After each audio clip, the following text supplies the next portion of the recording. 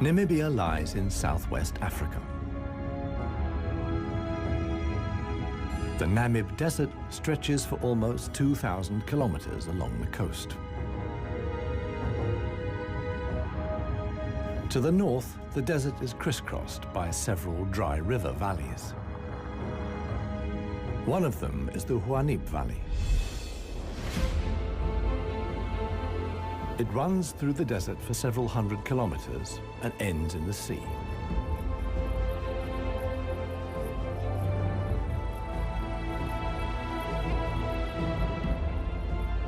Water flows here once, at most twice a year.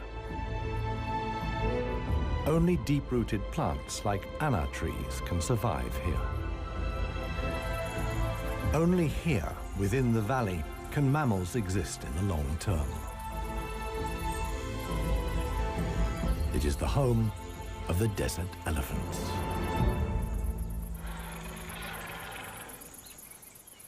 In contrast to their other African relatives, desert elephants live in particularly small family groups. They are so rare and their way of life is so special that they're under the constant supervision of scientists who've also given the elephants names.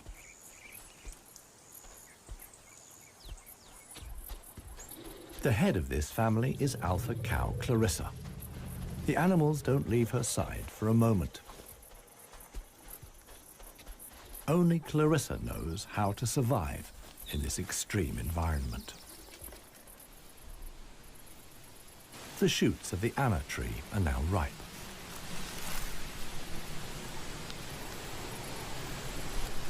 The pods contain protein-rich seeds.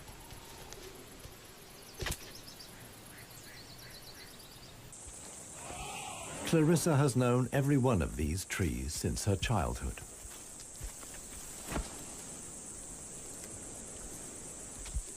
Even the youngest, Maya, tries the shoots. Here, however, experienced trunk tip control is required. It's easier for her to get the protein she needs from her mother's milk. Desert elephants only have half the number of calves as other elephants. The male animals stay with their mother's family until they reach sexual maturity. With mock fights, they prepare for life without the protection of the females. Adult bull elephants are loners or travel in small groups. Jappy is the most skillful of them.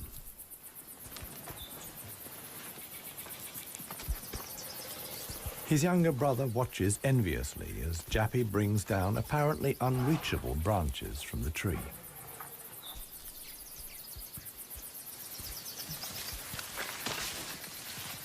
In the valley, Jappy is well known for such tricks. He learned them from his father. Friendship among bull elephants has its limits.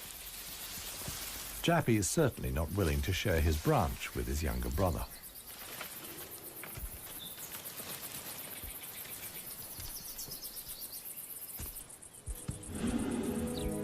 Their father, One Tusk, is now nearly 60 years old.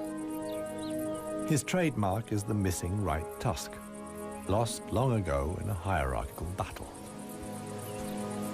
For years, he was the undisputed king of the Huanib.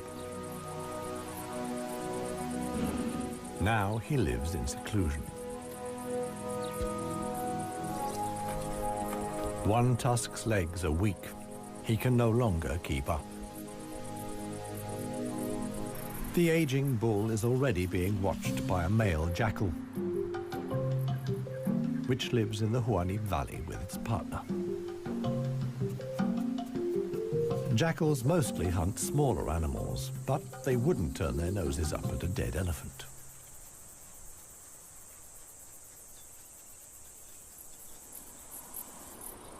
In a side valley, Clarissa has discovered a further source of food. There's a wide selection of bushes, grasses, and herbs.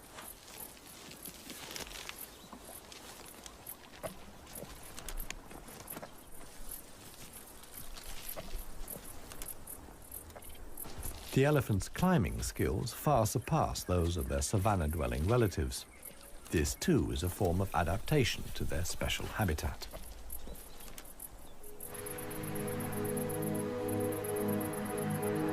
Old One Tusk has at last reached one of the Anna trees in the Huanib Valley. But Clarissa and co haven't left very much for him to eat.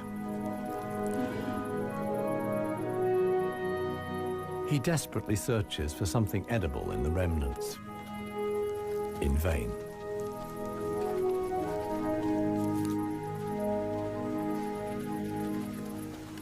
For the inhabitants of the Namib, survival is hard. They're used to going for long periods without water. Many get liquid from their food or know secret sources of water. Regardless of size, every green leaf contains a minimum of liquid worth harvesting.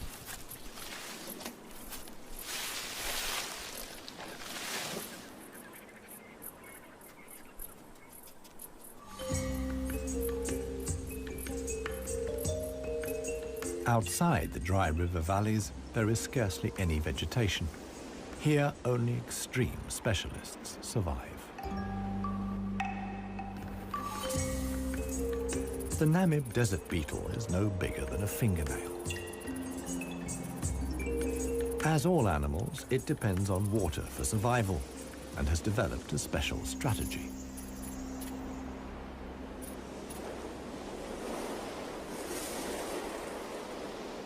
Even the tiniest traces of dampness in the air condense on its carapace. In time, a drop forms, which then flows directly into the beetle's mouth. This way of life limits the distribution of desert beetles to those parts of the desert that see fog. But where does the fog come from?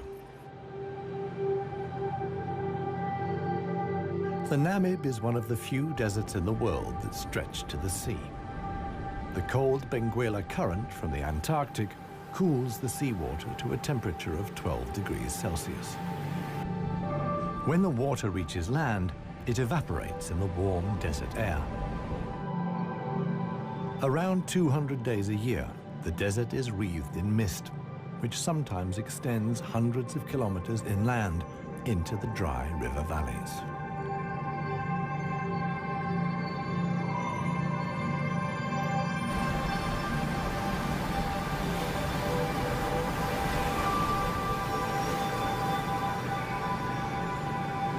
The Benguela Current doesn't only bring fog, it's also rich in fish. The animals that benefit most are the brown fur seals.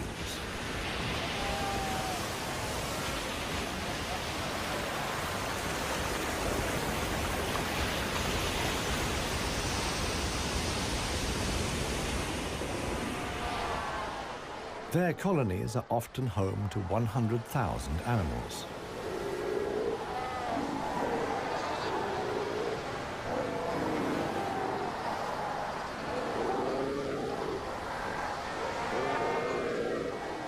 Right now, there's good reason for so many seals to congregate here.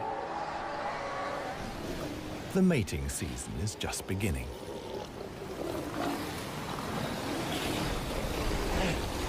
Everywhere, bulls are fighting for the right to mate.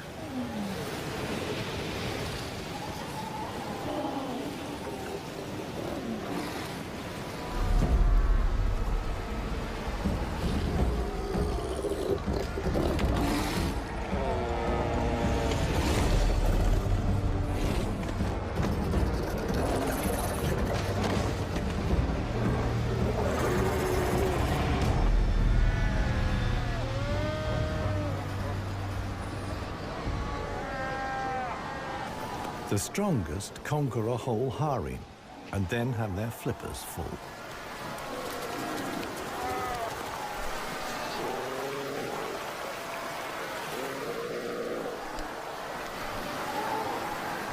After mating, the males disappear into the sea. they're not involved in bringing up the young. The fog sometimes penetrates as far as the Huaníp Valley.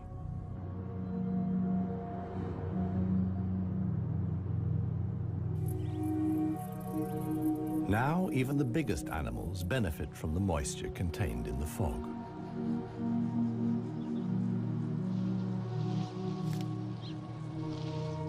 Jappy and his brother can take on a lot of liquid from the drops of dew on the plants they eat. This allows the elephants to go without water for up to 4 days at a time. The pair are still on the move together. This will soon change.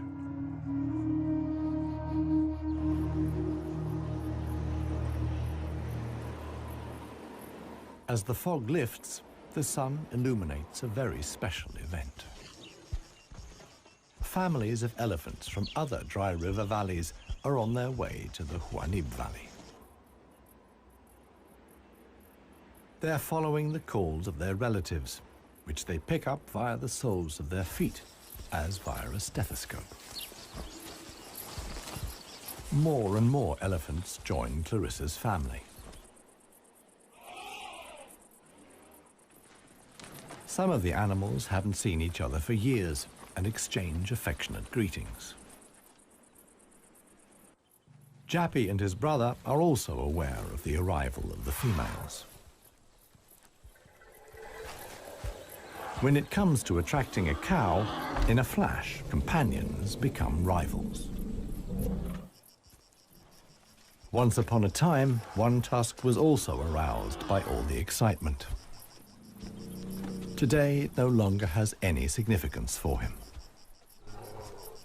He wouldn't be able to deal with confrontations with other bulls.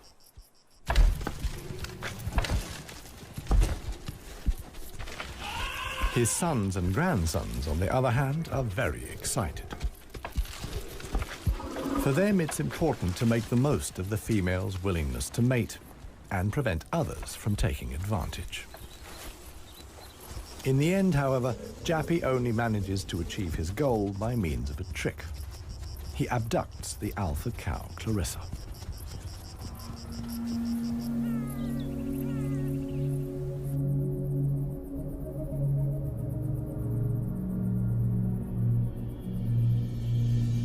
While many of the inhabitants of the valley spend the night hours asleep, this is the time of the real desert dwellers.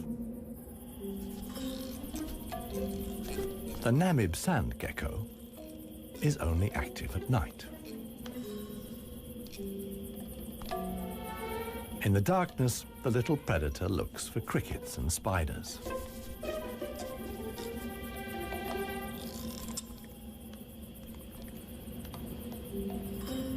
Like a frog's, its toes are webbed. This enables the lizard to seemingly fly across the dunes without sinking into the sand.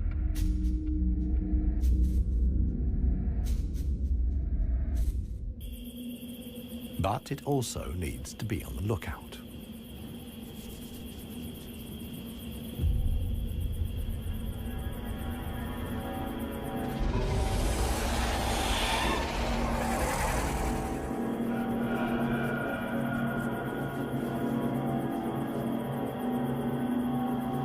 A sidewinding adder. Similar to desert elephants, beetles, and geckos, the snake has a hard life in the Namib.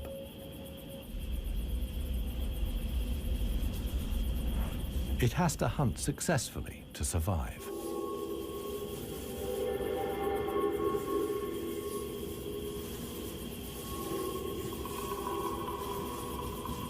Once it finds a good spot for an ambush, it goes to ground.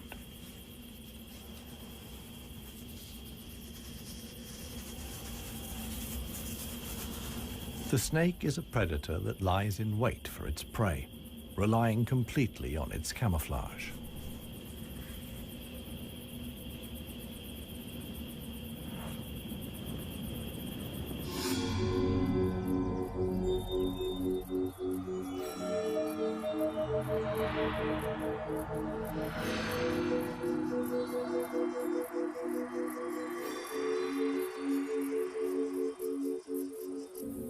For the sensitive gecko, it's time to go. In the sun, it would quickly dehydrate. Here, too, webbed feet come in handy. The lizard uses its legs as scoops to quickly dig out astonishing underground passages. It can make tunnels 1 meter long into the ground.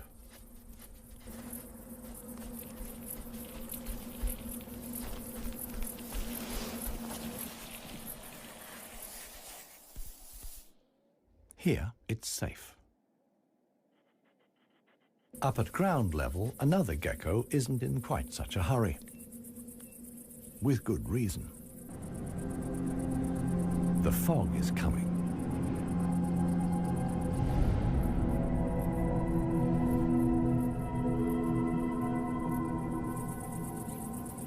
The lizard's large, mirror-like eye surfaces allow the fog to condense here. At last, water.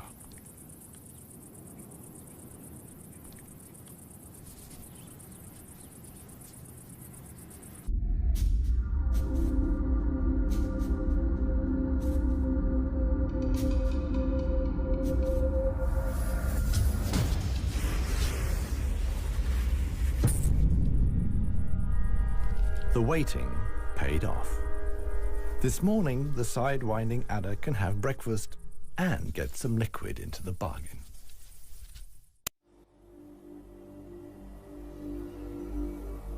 The Namibian winter is coming to an end, and with it, the mild climate brought by the fog. Relentless heat descends on the Huanib Valley. 40 degrees Celsius in the shade. This is approaching the limit for even Clarissa's family.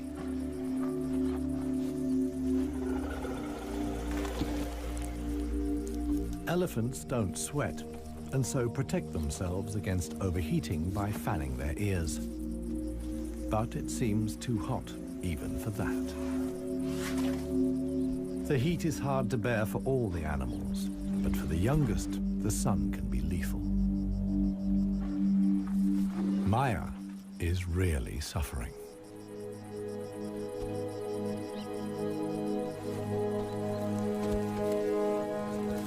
One tusk mobilizes all his efforts for one last attempt at an anna tree. But he no longer has the strength. Exhausted, he withdraws to the shade. During his long life, his legs have carried him more than 400,000 kilometers. As with most bull elephants, the last few steps he will take alone. Despite the heat, Clarissa can't afford to take a break. She urges her family to move on. Desert elephants have to spend up to 20 hours a day eating 200 kilos of plant material.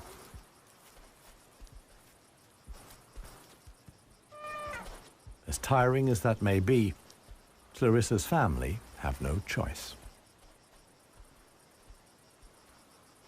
One young bull is already so exhausted that he sleeps through the signal to move off. He only wakes up when the other elephants are already out of sight.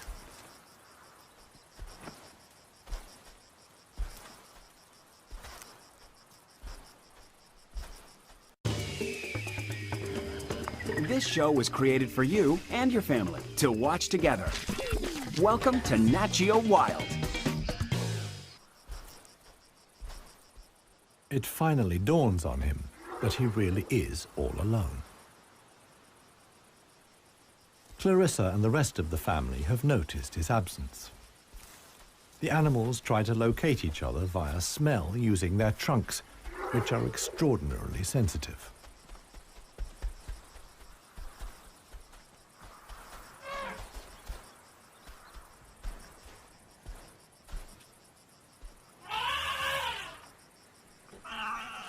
In the end, it's Maya who gives the decisive call.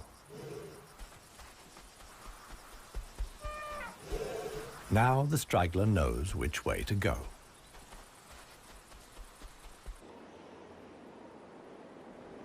The extremely dry period shows no sign of coming to an end. 1 week later, the heat and the elephants have combined to decimate the plant life in the Huanim Valley. Vultures take up positions on the trees on the edge of the valley. Their time will come when the other animals can find nothing more to eat.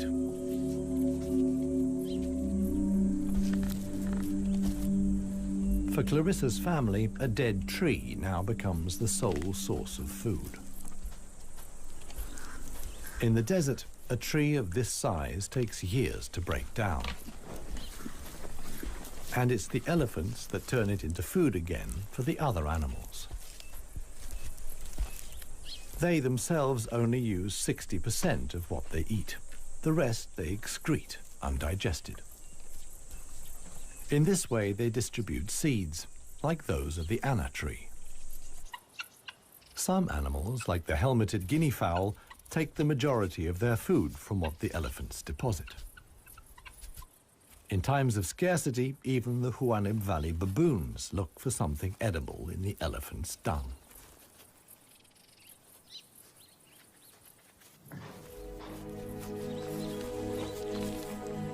Old One Tusk has one more go at the wood.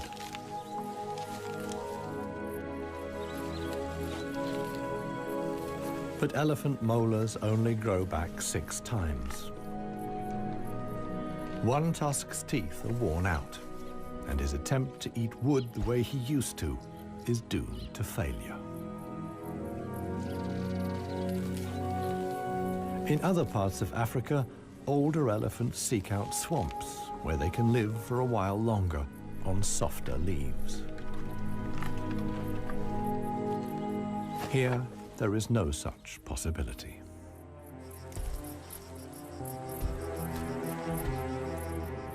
For Clarissa, too, the situation is becoming threatening. She and her family must leave the valley and seek food and water elsewhere. Other families join the trek. Only Clarissa's knowledge of hidden water sources can save them now.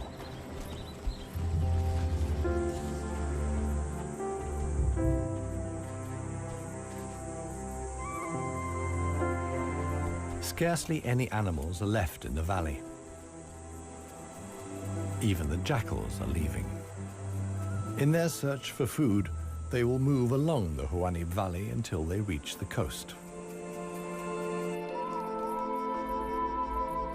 Only One Tusk is too old and too tired for the trek. The one thing that could save him now is rain that would let soft grass grow. With this slim hope, he remains behind.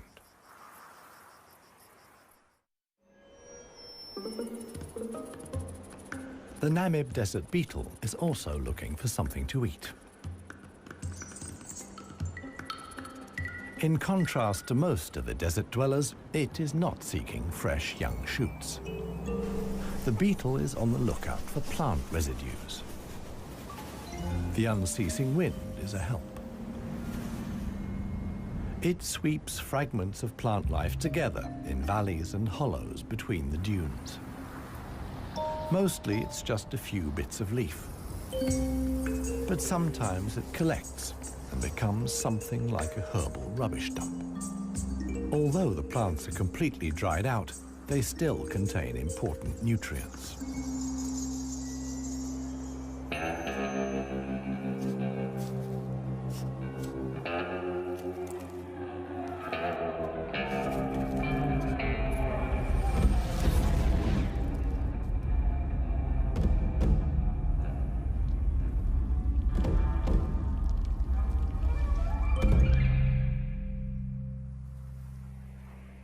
The Namakwa chameleon is one of the most dangerous hunters in the Namib Desert.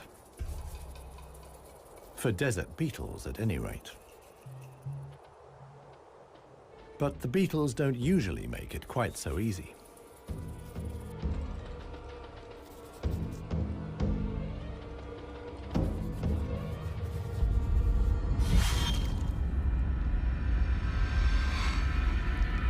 The beetles aren't only full of protein, but also provide essential liquids for the lizard.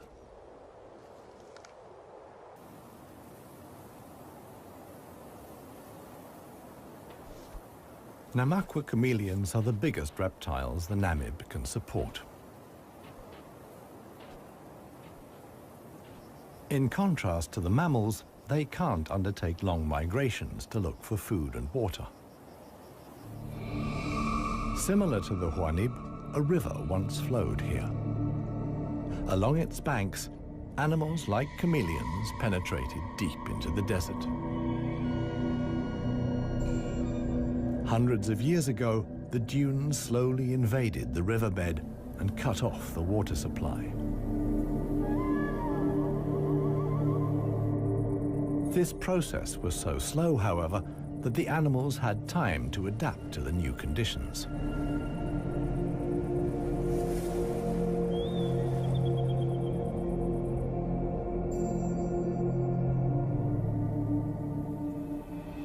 The mammals didn't need such a long period of adaptation. Their ability to migrate over long distances enabled them to conquer the desert much more quickly. The pair of jackals will soon reach the coast.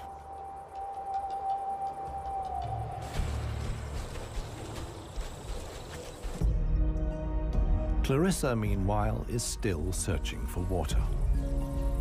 Little Maya is already exhausted.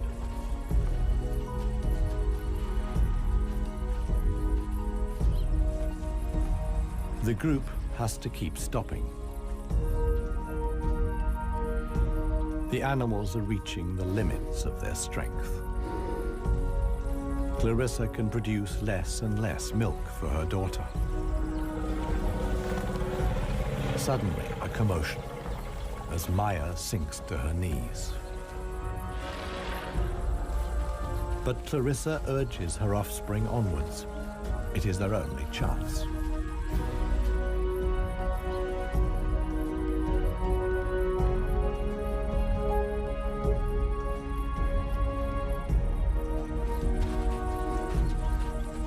As dusk falls, they finally arrive.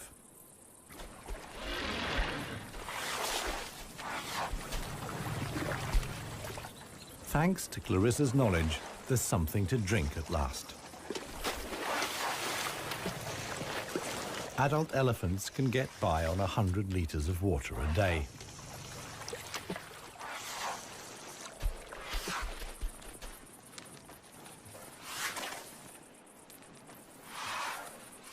The subsequent dust bath serves to protect the elephant's skin from the relentless sun.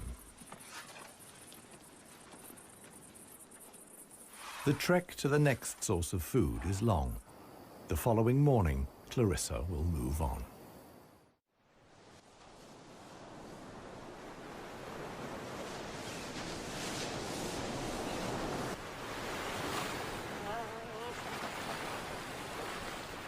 The jackals have finally reached the sea and move southwards along the coast.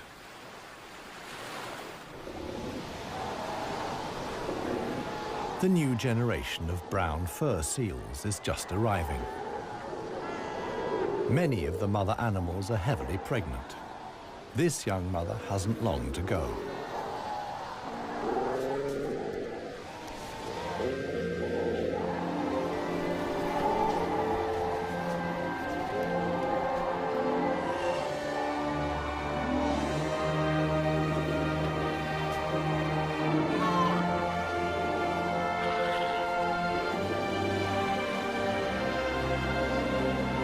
The mother at once welcomes her offspring into the world. Each voice and scent is as unique as a fingerprint. The ritual creates an unbreakable bond between mother and pup.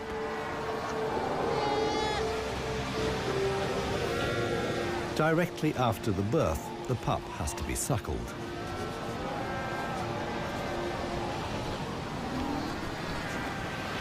The newborn is a little clumsy.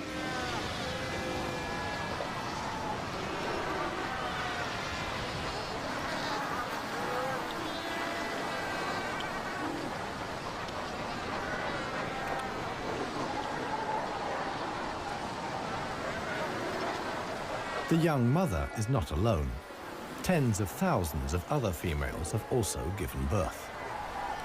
Space is at a premium in the colony, a risky situation for the babies.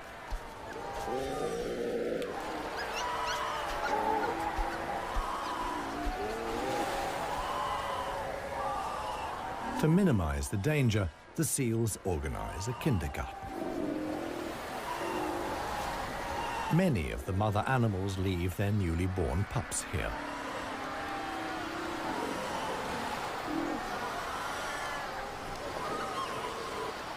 The nursery not only offers the young pups protection, but also makes it easier to find them later.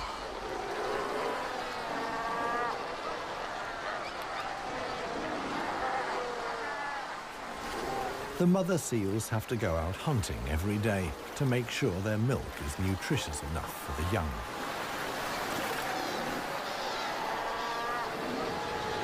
But when choosing the location of the kindergarten, they forgot about the tide.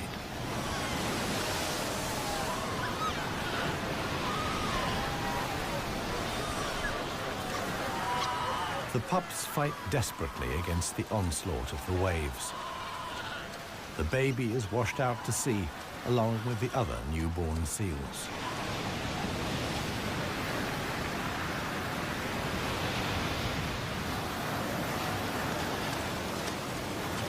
Seal pups can swim, but they don't have the protective layer of fat of adult animals. The pup fights for survival. Another is slowly but surely losing the battle. Within a few minutes, the pups are so exhausted that they can no longer keep their heads above water and drown.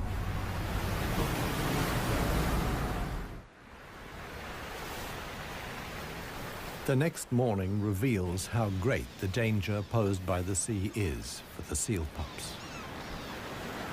The shore is full of little corpses, washed up by the tide.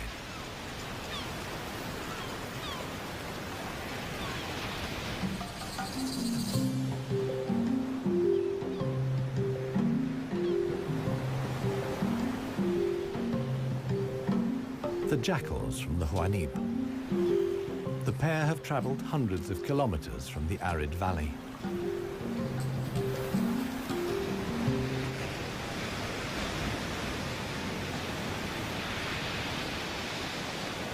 The seal colony is now their only chance of food. Jackals aren't choosy. For them, eating carrion is nothing unusual.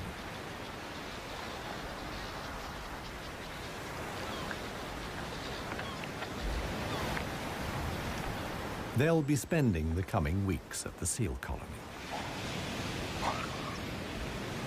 Only when the pups are old enough to swim enduringly, and thus the supply of food runs out, will the jackals return to the Huanib Valley.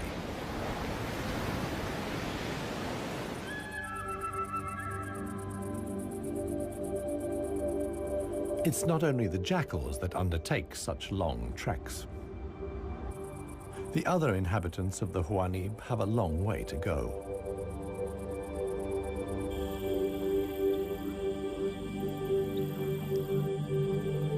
An oasis hidden deep in the desert. Ausis.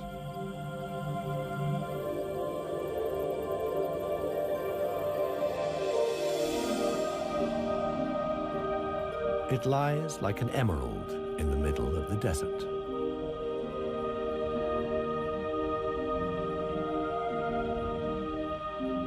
A thin band of loose vegetation lines the watering hole.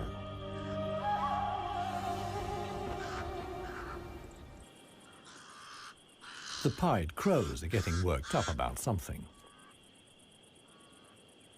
Visitors. Big visitors. The legendary desert lions. Desert lions are so unbelievably rare that scientists have fitted them with transmitter collars so that the big cats can be monitored and protected. Two females have taken up positions in the undergrowth with their young. The experienced predators know that it's just a matter of watching and waiting.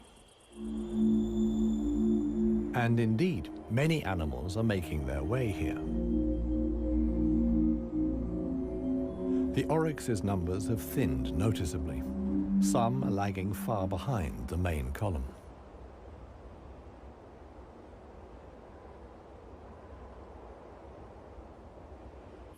After more than 10 days' trek, the first animals finally reach the source.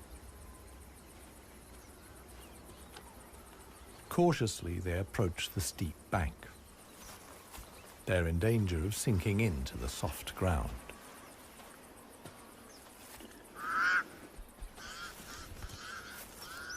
The pied crows sound the alarm again.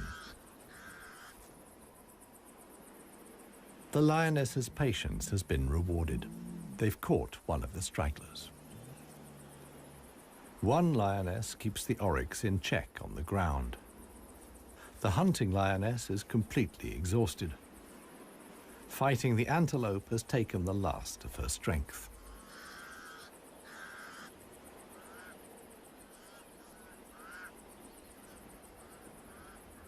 She drags herself back to the bushes to get her cubs.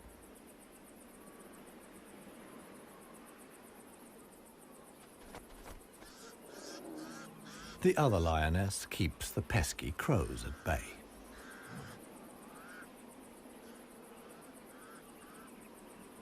Luckily for the huntress, the cubs quickly grasp the situation.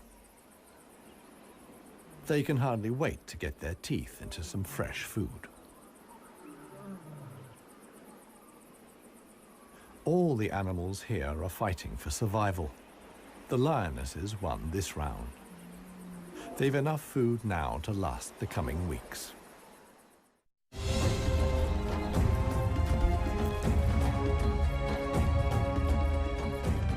Clarissa and her family have finally reached the neighboring Dry River Valley.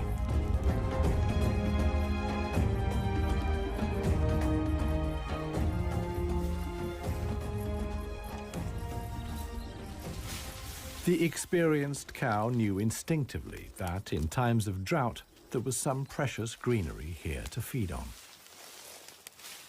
The exhausted animals can at last fill their stomachs again.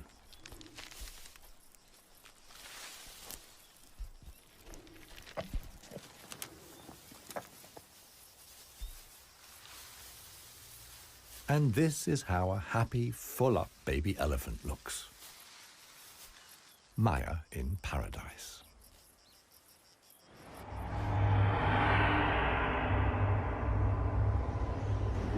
A strong wind blows in from the coast, and sandstorms form in the hinterland.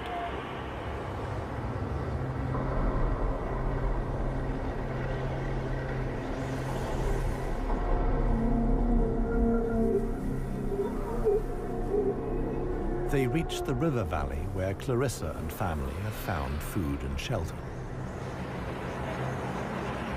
Sandstorms like these are the harbingers of heavy rain.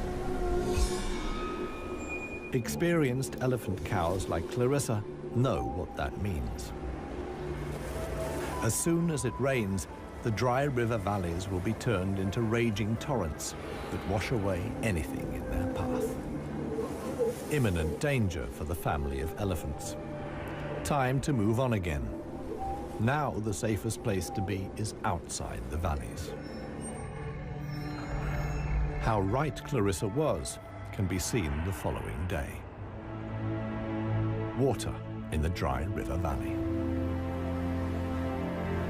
Only every 10 years or so is the rain strong enough for the flood wave to reach the sea.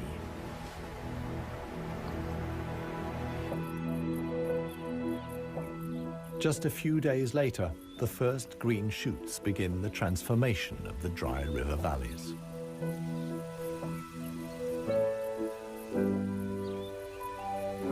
The Huanib Valley, too, is bursting with new life as the first exiles return.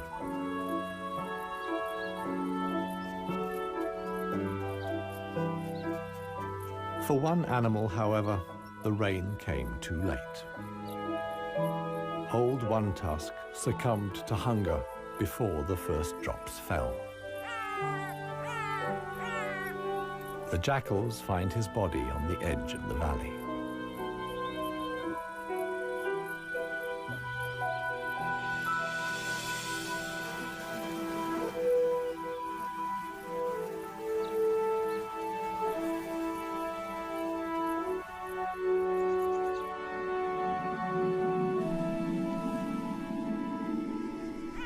The jackals don't approach the body until evening. And thus, the circle of life is complete. The next morning, long unheard calls echo through the valley.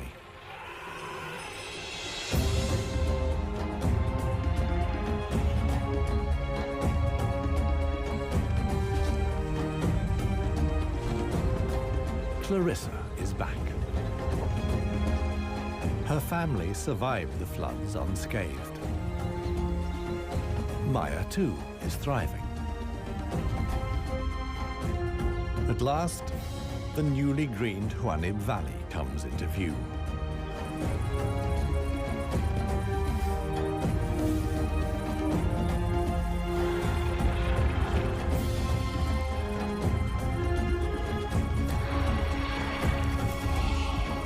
Clarissa's family is home again.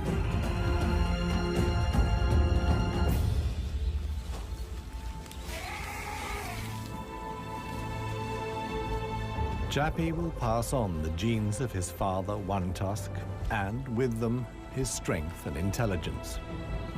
Clarissa is pregnant with his baby. The alpha cow will induct each new generation into the secrets of the desert elephants. This is essential for their survival. The Huanib River Valley is probably the last real wilderness in Namibia, one in which only the cleverest, most intelligent of the animal world can survive. A life of extremes in the home of the desert elephants.